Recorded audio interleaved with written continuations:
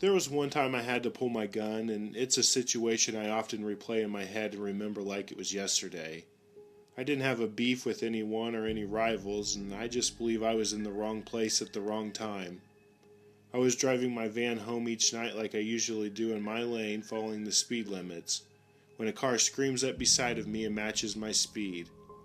I look over and see two kids, probably about 18 to 21 years old, in a car with a sunroof. One kid pops out of the sunroof with a backpack on his chest and reaches in. At this point, I floor my van and go as fast as I can go, but they match my speed. I hit the brakes to see if they'll keep going, but they hit their brakes as well. I do a quick check to catch the plate, but the car didn't have any plates. I checked traffic and made a quick U-turn, and they did the same. All of a sudden, I hear my side window break, and I see the kid reach into the backpack again and pull out a rock the size of a grapefruit and throw it again, slamming the rock into my van. The kids were laughing. Since my window is now broken, I can hear the driver yell, "Use the gun! Use the gun!" Now stop for a second and put yourself in my shoes. All of this is happening within seconds. My van is being smashed by rocks. I can't outrun, nor would it be safe to, in a residential area. These kids aren't letting up, and I hear, "Use a gun, use a gun." Could it be a paintball gun? There was a rash of drive-by paintballings going on in the city, but there's also been plenty of shooting and drive-by shootings. Could these kids really be trying to kill me? I remember all of my CCW classes telling me that you can always play it safe and wait it out and see if someone has a gun or another weapon, but sometimes if you wait too long, you can end up being the victim. I remember doing the video training with the laser gun and the video screen they used to test police, and the guy comes out slowly behind the door with a revolver hanging from his pinky. He kept saying, I'm coming out, don't shoot me, don't shoot me." I had the shot line up, but I chose to wait. He put the gun down and I didn't have to shoot. A few more students do different scenarios, and this one came up again.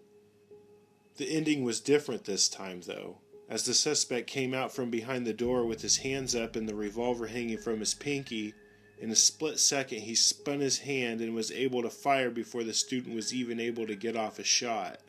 So remember, these thoughts are flying through my brain in a matter of milliseconds. They weren't even thoughts, really. They were more like pre-programmed instincts from playing the what-if game constantly. One of those instincts were, if I chose to shoot and miss, this bullet could go right past them and into a house on the other side of the street. Also, this isn't some movie. All my training never prepared me for a car-to-car shootout. Stuff like this, it was just something that I thought would never happen. So the moment came where I had to make a choice, and I swear to God I can taste this moment still like it was minutes ago. One glance over at the kid in the sunroof, and he's reaching into another compartment of his backpack. One glance at the driver, and he's looking ahead on the road, and looked over at me and began laughing. I'm left-handed, so with my left hand on the wheel, I cross-draw with my right hand, swinging my firearm across the passenger seat and pointing it straight at his head. From the thousands and thousands of practice pulls, both left and right-handed, the pull was instant. Right hand grab, thumb unlatches the concealed holster tab. As I'm pulling, the safety is turned off. Trigger finger remains at the side of the gun. But the moment that you can't practice is the moment a human being becomes your target. In a split second, the driver who went from laughing turned into the biggest "oh shit" face and slammed on the brakes, screeching the tires. I even remember hearing the anti-lock brakes on his car chirping. So to this day, I still don't know if I was justified in pulling. As many others have said, only pull if you intend to shoot. I pulled because I heard them say, use the gun, and I wasn't able to remove myself from the situation. However, the moment I pulled, they chose to brake, so I'm still not sure. Even if I was right for drawing, I am extremely thankful that I did not have to take some kid's life. Even if they were intending to shoot up my van for whatever reason, I'm just grateful nobody's life was taken that night. So here's the story. This is 100% true and just happened a couple hours ago. My friend hits me up and asks if I want to smoke and play some basketball afterwards. I was hesitant because I hadn't smoked since New Year's, but I met up with them anyways. I meet up with them and my friend pulls out a switchblade to split a blunt, and he asks if I want to buy it for $10. I said maybe, and I smoked 2 blunts with my friends. I'm pretty baked and my low tolerance is kicking in. I ended up buying a knife just in case something goes down, so we're all baked and walking down the road. Oh, and by the way, guys, I'm hanging out with my ghetto friends. I have 2 types of friends I hang out with. The chill stoners who do good in school but smoke mad dank, and the other type of friends who smoke a lot of weed but they also rob houses, cars, people, etc. I don't usually hang out with these people, but I had nothing better to do this day. So anyways, we fit the cops' idea of people of interest, as we look like people who cause trouble, but I don't do that kind of stuff. We get stopped twice by 2 different cops, both asking where we're heading, and we tell them the truth. Now I tell my friends that I want to go home because I have this knife, and I just want to drop it off because I'm feeling paranoid walking around with it. So I'm walking home. I live about 10 minutes away from there, so I'm just doing that. I hit the back roads and come upon these long stair steps. As I'm about 10 steps down, I see 3 dudes get out of a car and start walking towards the bottom of the stairs and just standing there mean-mugging me. I thought about turning around, but I said screw it since I had my knife. I can see them talking to each other and laughing. When I get closer, one of the guys said, "What's good, need some bud?" I replied, "It's okay, I've smoked some already." So he walks up to me and pulls out a baggie of some low-grade weed. He kept insisting it was chronic, but it sure the hell wasn't. He made me another offer, but I continued to decline, saying, "Your bud's okay, but I'm already high and I can get better anytime." He looked pissed. He looked at his 2 homies and they didn't say anything. I can tell some stuff's about to go down, so I put my hand in my pocket to get ready to pull out my knife in case he does something. As soon as he sees this, he pulls a kitchen knife out of the bottom of his pants and tries to attack me. But I flip my switchblade knife open and stab him twice, both in non-deadly areas, his right thigh and his hand, and he drops. His 2 homies were out of sight. They ran away. So much for homies. Realizing what I just did, I called the cops and told them that I had stabbed somebody. They got there in like 30 seconds. They came so quick. I told them what happened and they believed me, but they still took me in. So I'm taken to the local Seattle Police Department and they take my information and get my fingerprints. I waited for about an hour and the detective came out and asked if I had any questions. I told him everything and he agreed that my life was at risk. I got released with a court date exactly 3 weeks later, so I'm not sure what's going to happen. The policeman who arrested me told me I should be fine, but the judge will have to decide. So that's the story of how my knife I just bought saved my life. I don't even want to know what would happen if I didn't have it on me at that time. When I was an undergrad many years ago, I managed a small outdoor gear shop in Albuquerque, New Mexico near the university. I closed the place all the time and usually had about $1,000 of cash to lock up or either take to the bank. So I carried a small Ruger SP-101 when I was going to and from the store. When I was in my truck, I'd take the pistol out of my pocket and put it on my right-hand side of my driver's seat. I was driving home one evening on a residential street and honestly I was zoned out after a long day, when an Impala lowrider quickly stopped in front of me. I managed to keep from rear-ending the guy, but it was very close. 3 Hispanic men jumped out of the car. 2 had bats and the other looked unarmed. I put my small truck in reverse and looked back over my right shoulder to see a second car pull up right behind me, an old Ford lowrider truck, and 2 guys were getting out of that vehicle. I looked left and saw a guy punching towards my window. Much to my surprise, the glass shattered when his fist, which had brass knuckles on it, hit me in the side of the face, shattering my glass lens of my sunglasses. I heard one of the guys yell, "Pull him out!" Luckily for me, my right hand had dropped onto the grip of my SP-101. I raised the gun across the front of my body with my right hand and fired point-blank range at the guy who was at my driver's door, and amazingly, I missed him. It was, however, enough of a show of force to scatter the dirtbags with cries of, "He's got a gun." They took off and I called the cops, who were nice enough to take me to the ER to get the glass out of my eye and to get stitches. A week later, the Hispanic gang members beat a college student to death in the same neighborhood as part of an initiation rite. Lessons I will never forget from this experience. Situational awareness matters.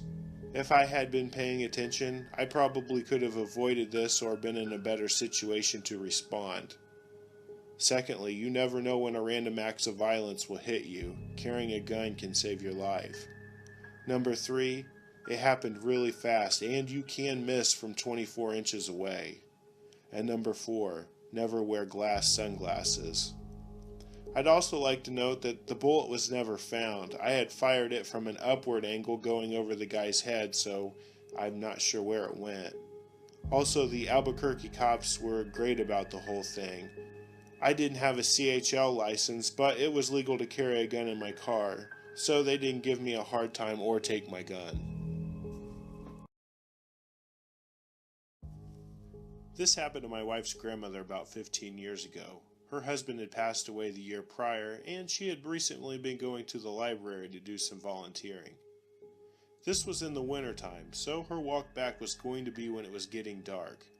The library closed at 5, and then there was some extra stuff to do before everybody actually left. And on this particular night, she turned down a ride home from another volunteer because, damn it, she needed to stay in shape.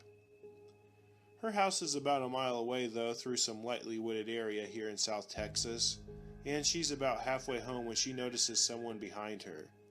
He's walking in the same direction and gaining on her, which in itself isn't all that particular. She is old and thus not very fast, but in this case he seems vaguely sinister. They keep walking and pretty soon he's right behind her. Then he falls into pace, just staying right behind her. Now she knows that something's up, but she's almost home and can see the top of her driveway coming up. She leaves her lights on so it'll look like someone's home when she's walking in, and she just needs to make it another 150 yards. All that time she said he was so close that she could feel his breath on the back of her neck. Maybe about 50 yards away, then it happens. He grabbed her on the shoulder and said, "Okay, don't turn around and hand over your purse or I will cut you." She stops for a second and then takes one step forward, turns and shoots the guy in the neck with the .38 that she kept in her purse. Hey, it is Texas. The guy spent the next 5 years in prison hospital before he died of complications. My wife's grandmother passed last year, but up until the end she lamented that she pulled the trigger too soon. My late husband would have been embarrassed to know that I missed. It was about 3 a.m., but I was still trying to get some work done for the next day. I heard the sound of broken glass hitting the wooden floor in my living room, and I knew something was wrong immediately. My girlfriend and my dog were both asleep in the room with me, and my niece and nephew were asleep in the room across the hall, as I was watching them for the weekend. I woke my girlfriend quietly and told her to call 911. I had my carry gun still on from earlier that day, but I decided to grab my rifle, a Novetski, loaded with 75 grain Hornaday tab. I could hear the crunch of the broken glass under the feet of the guys downstairs. Had it just been my girlfriend and me in the house at the time, I would have stayed in the bedroom, but with my niece and nephew across the hall, I didn't want anyone coming upstairs. I positioned myself at the top of the stairs and stayed quiet, hoping they'd just take the TV and the game consoles from the living room and leave. After a minute or two, both of them started moving towards the downstairs hallway and started heading up towards the stairs. I stood up where they could see me and pointed my rifle at them and yelled to get out of my house. Before I even finished saying it, one of them had raised a pistol and started shooting at me. I didn't see him draw, so he must have had it in his hand, and I didn't notice it. I returned fire, hitting both of them several times. Both guys were down, and I just kept the rifle on them, and they didn't move. I fired 12 shots with 7 total hits. They fired 6 at me, but all missed. 2 of the bullets were recovered from the bookcase that I was standing behind. The police arrived about 10 minutes later, and when I saw the lights outside, I lowered my rifle, cleared it, and leaned it against the wall. I also took off my carry gun and left it beside my rifle. Both men were dead by the time the police arrived. I don't regret what I did in the least. I do look back at it though and think about how I made some stupid mistakes though. I should have noticed the guy had a gun in his hand immediately, and I should have been quicker on the trigger. I let them get the first shot off. If I had been hit, things could have gone very differently.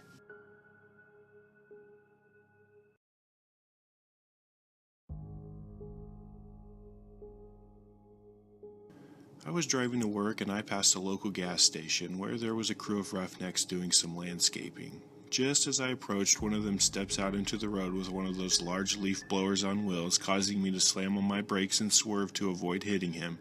Apparently he thought he was a motor vehicle and had the right of way.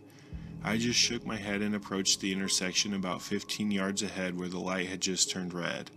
I guess he saw this as an opportunity to flex some muscle and left the leaf blower in the middle of the road and ran up to my car.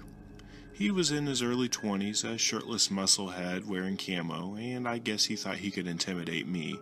A bald guy in my late 40s wearing a suit and tie and driving a 30-year-old Porsche 944. Mind you, it's 102 degrees out in mid-July in the south, and my AC isn't working too well, so both of my windows were down. I see what he's up to, and I figure I can run the red light, cause an accident, and get a ticket, etc., or I could just stay calm. Always drive with my HK-45 sitting in the center console. As he approaches the passenger side and puts both hands on my door, he leans in and is about to grab me when I gently slide my right hand over the 45. The subtle motion of my hand caught his attention, and I gently told him to get his effing head out of my car or I'll be happy to remove it. The look on his face when he made out the shape of the black 45 against the black console was unforgettable. Sorta like when the head popped out from under the boat in the first Jaws movie. He jerked back so hard he smashed the back of his head against the door jamb, and then he jumped back from my car. Just then the light turned green and I pulled away. In my rearview mirror I could see him standing in the middle of the road blocking traffic again, but this time he's fumbling for his cell phone, I'm assuming to call the police. I laughed all the way to work. Bully got called out and almost crapped his pants. On this next story, I am curious of your opinions. I had a similar situation happen to me, the narrator, not so long ago. I felt like this guy was completely justified in his actions, but what do you think? About 7 years ago, my wife and I, along with our 3 small children, were vacationing. While driving on a Pennsylvania turnpike, I inadvertently cut off someone while trying to change lanes. This guy floors it and comes up to the driver's side of my car, and I mouth the words, "I'm sorry." But he starts flipping me off and trying to run me off the road several times, along with tailgating me. As we get to the toll booth, he slams on the brakes, stops his car, gets out, and comes over to me in the window and screaming that he's going to kill me. My wife is on the phone with the 911 operator. I draw my handgun and point it at him as he pounds on my window. Within a few minutes, the police come. They disarm me, cuff me, set me on the hood of the cruiser, and then arrest the other guy. His wife apologizes profusely, saying that he was off his meds. The officers let me go with no charges. The police officer told me that I could possibly be charged with brandishing my weapon, but since I never rolled down my window or left the minivan, that I was okay. A very scary experience.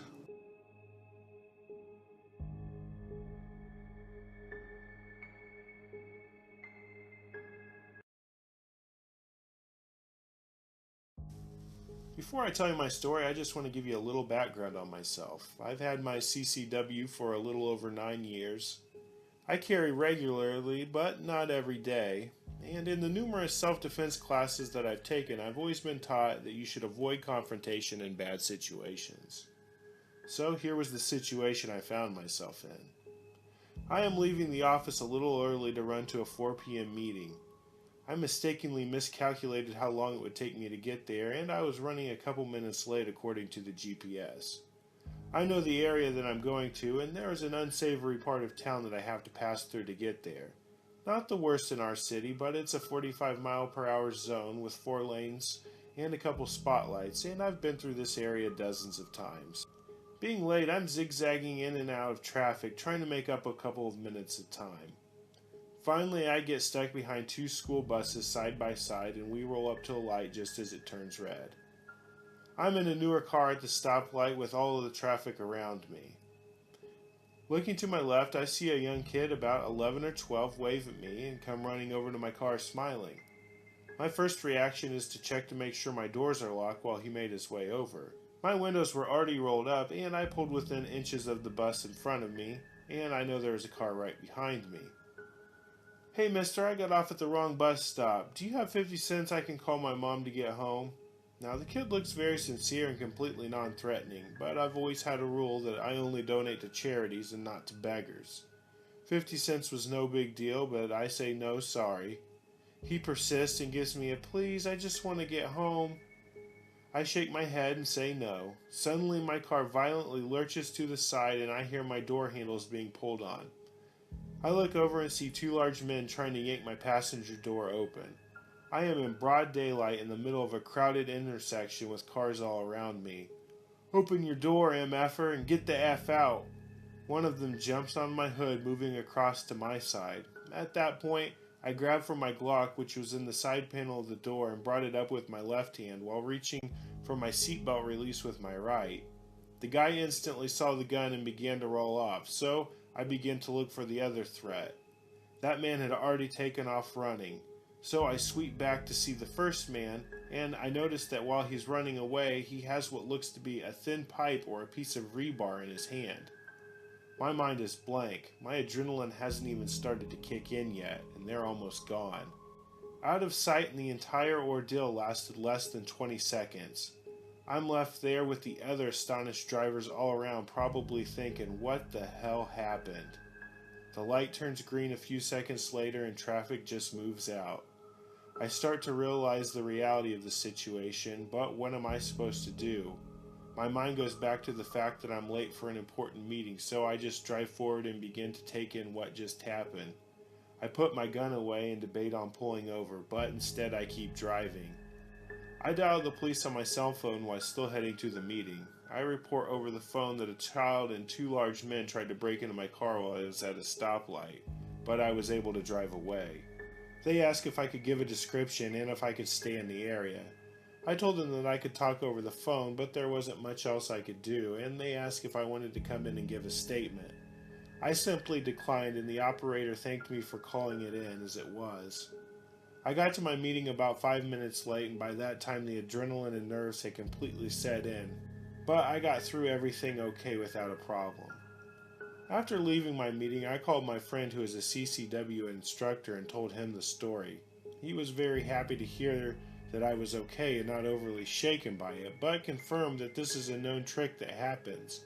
The kid distracts you, and then the big guys yank open the door and hop in, forcing you out, or in some cases the kid will kick your door really hard, hoping that you'll jump out of the car, and that's when they hit you in the head with the crowbar and leave you bleeding on the side of the road. If you don't open the door, they can smash your window and drag you out. I never would have expected this to happen on a busy road in the middle of rush hour traffic, regardless of the area. These guys were prepared and very fast. Having and knowing that my Glock is always there is probably the only thing that stopped the attack. Be safe out there and remember to always watch your surroundings, no matter how crowded or the time of day. About 5 years ago on Christmas Sunday, and I strolled the streets of South Florida, footloose and felony-free. Then it hit the fan. I was a 40-year-old minister and I had just done my duty. I had on a tie, leisure suit, and some shiny shoes. When I left the pulpit, I wanted to unwind and enjoy my holiday like everyone else. I wanted to make love, not war. I decided to spread a little holiday cheer and go visit my homeless buddy named Freddie, who had camped out in Miami near the downtown railroad tracks. It was a cinch to get there since veterans ride the public transit for free. When I got off the bus and walked around the busty gate, I found him, tipsy as usual, and decided that I might have a little nip as well. It was at this time that things went south. I was confronted by 4 thugs. I never so much as raised my voice at them, nor did I owe them money, nor were there any women involved. Freddie was in bed with one of the loan sharks, so much so that he sometimes had to give up his food stamp card as collateral. The gang was composed of undesirables: Africa, a loan shark and illegal from Congo; Ice, a thug from Trinidad; Sherman, a petty criminal and con, and some other foreigner who was their leader. Out of the blue, he approached me with his broken English Jamaican accent and said, Leave right now or we're gonna punch you, man. Being a veteran of the first round of the Gulf War, I wasn't about to be pushed around by any ingrates who shouldn't even be in my country. Showing cowardice was not an option. Though I'm a gentleman and a published poet, I am also heavily muscled, a fairly good boxer and wrestler, and think nothing of multiple attackers for good reason. I have been known for my jaw-breaking power and won't hesitate to body slam a pickpocket. Shockingly, the Lord has blessed me and I've used these same hands to restore a blind woman's sight. But I wasn't in the mood for that nonsense, so I put my hand inside my pocket and on the trigger of my weapon. Then I whispered, "Go ahead and punch me." Sherman came from the back of the group, made a roundabout sidestep, and did exactly that. Ice got behind me and put his hand behind his back like he had a piece. Over the course of the next 3 seconds, I wiped the blood off my mouth and drew my old .38 Victoria Arms revolver, you know, the ones with the stubby, expensive bullets, and I pulled the trigger as he began to run down the tracks. For a few seconds, he looked like Carl Lewis. I remembered only one shot, but the cops said I had fired two. I was shocked to learn that a bullet had missed, as I'm an excellent shot. In fact, I aimed for his right arm, and that's exactly what I got. Not only was Sherman bleeding badly, but I had broke his arm, and it now hung like a limp penis. It was high time for me to make my escape, and the goons followed me. Although the Florida has stand-your-ground laws, I did not want to be bothered by Johnny Law. Typically, I carry extra ammo. I also knew if I'd shot all four of them, there was no way I could beat that rap.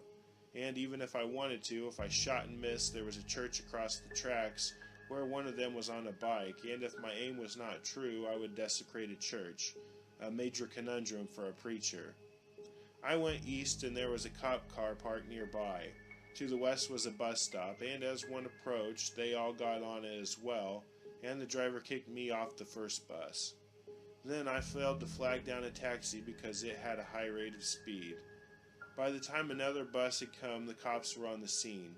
Detectives took me into custody and off the second bus and became upset when I politely declined to help them with their investigation, like it was the standing duty of a black man to help persecute himself. Then they ignored all the facts and wrote the report like I antagonized the criminals. Funny thing was, two of my attackers knew I usually carried heat even on the Sabbath, which means they put their own lives in their idiotic weed-infused hands. I didn't make bond, but I wasn't worried. I was expecting the case to be dismissed. I went to court twice in 33 days, the extra 2 days because of the Martin Luther King holiday. It was difficult for me not to smile despite my shackles and enduring one of the worst New Years on records. If you can't pull a gun on four villains, when can you pull one? I'm never going to buy a concealed weapons permit as long as I have God-given pockets. I won't be pimped. Why should I have to pay for the privilege of carrying around a weapon?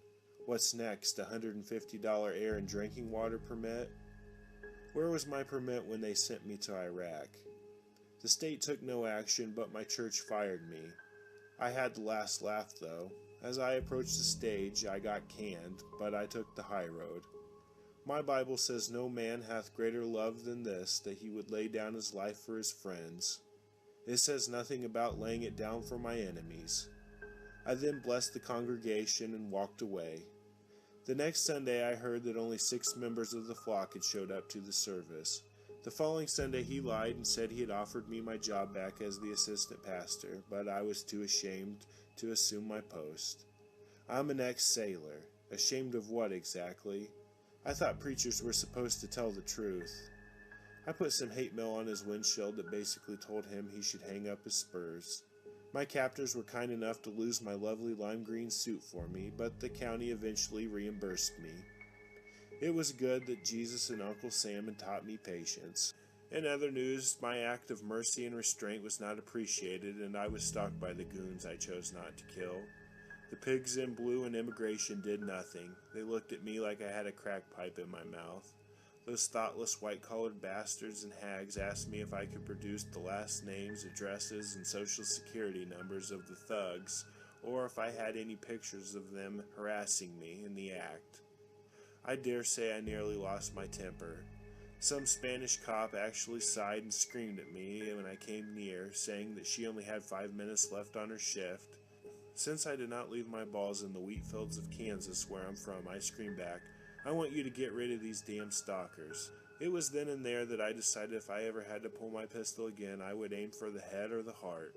Or, as my charming Uncle Lonnie of Vietnam fame put it, everybody that came to the party would have got some. The good book advocates mercy to receive mercy, but here I am, devoutly wondering, is it worth the stress and the strain? Especially when you end up in a cell eating horrible bologna sandwich next to an unwashed heathen with fake cheese. If you have an SHTF story that you'd like to share, please email me at reallifeshtf@gmail.com.